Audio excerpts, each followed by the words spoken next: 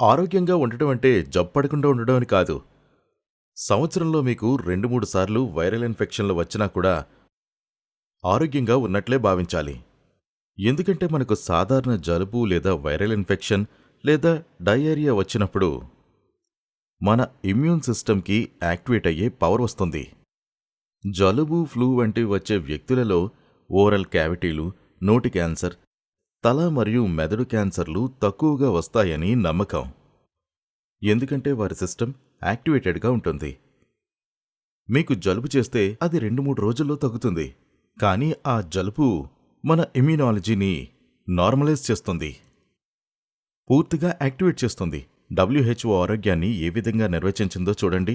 ఆరోగ్యం అంటే రాకుండా వ్యాధులు రాకుండా ఉండడం కాదు. ఇక్కడ మనం గమనిస్తే ఇక్కడ ఆరోగ్యం అంటే సంవత్సరంలో 3 నుండి 4 సార్లు ఒక సాధారణ వైరల్ ఇన్ఫెక్షన్లు సంభవించే స్థితి.